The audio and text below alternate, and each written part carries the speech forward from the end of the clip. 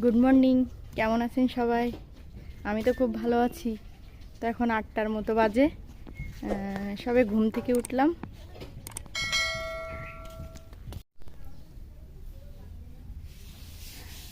ঘুম থেকে উঠে তাড়াতাড়ি ফ্রেশ হয়ে নিলাম। আর এদিকে আমার মামিমা সবার জন্য চা তৈরি করেছে। তো এখন সবাই মিলে এখন চা খাচ্ছি। আর শীতকালে সকালবেলা 1 কাপ চা হলে খুব ভালো হয়।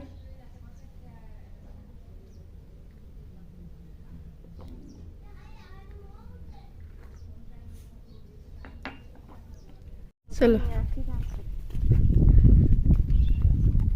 তো মার সাথে খেতে যাচ্ছি লাল শাক তুলতে।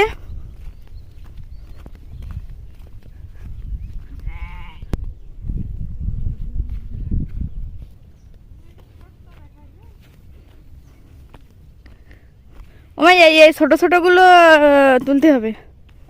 করে দি কোনো তরকারি লাগে ভিতরে না আসলে হবে না। আমি খাবো না। উড়ি সন্ধ্যা দুধ তরি ওই রবিদা লেগে যাও আমার বলবো না ভালো জায়গায় দিদি ভাই চলো কটা দেখি ঝাঁপ ধরিয়ে সরি।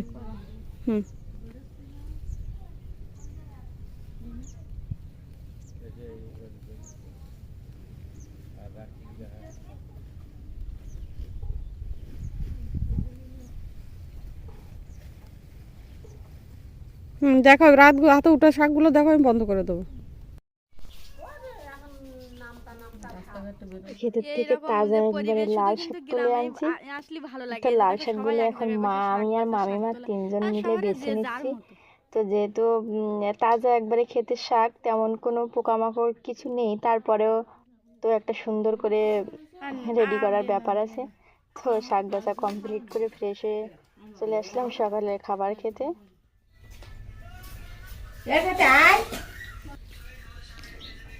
সকালে রান্না বান্না শেষ করে আমরা সবাই মিলে খেতে বসে পড়েছি।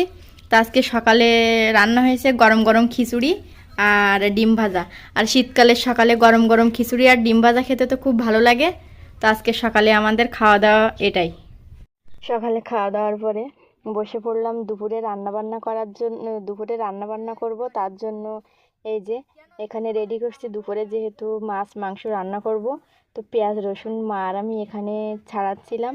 তো আমার জেঠিমা বৌদি এরা আসছিল, এসে আমরা অনেক গল্প করতেছিলাম। আর বিশেষ করে গ্রামেই তো এগুলো হয় আর কি, একে অপরের বাড়িতে সবাই যাওয়া আসা করে, এক জায়গায় বসে গল্প গুজব। তো মা আর আমি কাজ করছিলাম, তো বৌদি জেঠিমা ওরা দুজন যেও আমাদের পেঁয়াজ রসুন ছাড়ানোর কাজে হেল্প করছিল। আর সবাই মিলে গল্প করছিলাম, মজা করছিলাম।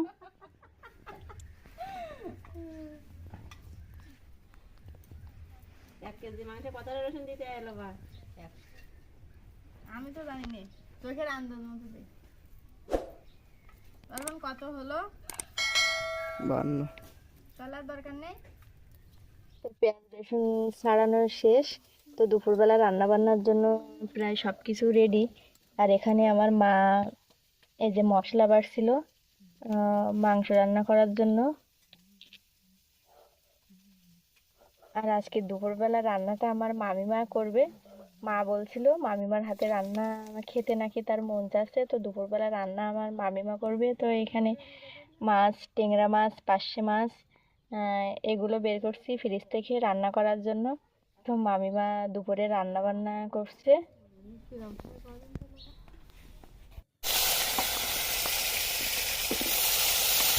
গেলে এর ভিতরে আবার আমি আলু কেটে নিচ্ছিলাম মাংসে দেওয়ার জন্য আলু। তো আগে কাটতে ভুলে গেছিলাম, মাংস রান্না করার আগেই মনে পড়লো যে মাংসের আলু কাটা হয়নি। তো সেই আলু এখন আমি কাটছি।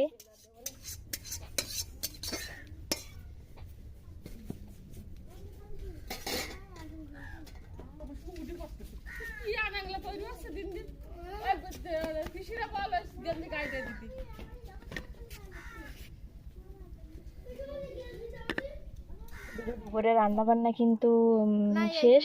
আর তার ভিতরে আমার ভাই মাছ নিয়ে আসলো। আমার ভাই ঘেরে গেছিল মাছ ধরতে। তো সেখান থেকে মাছ নিয়ে আসলো। আসলে তেমন বেশি মাছ ভাই পাইনি, এই কয়টা তেলাপিয়া পাইছে। আর সাথে এই যে লাল মাছটা দেখতে পাচ্ছেন, এটা আমাদের এলাকায় কুচি মাছ বলে। তো অনেকে খায় আবার অনেকে খায় না। তো আমার কিন্তু এই মাছ ভীষণ ভালো লাগে। তো দুপুরে স্নান করে ঠাকুর পূজা দিয়ে চলে আসলাম সবাই মিলে খেতে। তো সবাই মিলে এক জায়গায় বসে খাচ্ছি। দুপুরে রান্না হয়েছে ক্ষেতের টাটকা লাল শাক, আলু দিয়ে ট্যাংরা মাছ, পার্শে মাছ ভাজি। তো সব কিন্তু আমাদের ঘিরের মাছ।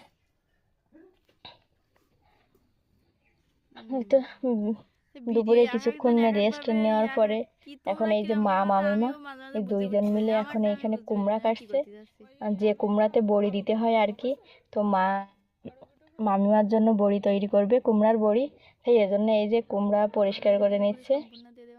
আর মা আমাকে বলল মুরগি ডিম পাড়ছে। আমার মার কয়টা দেশি মুরগি আছে।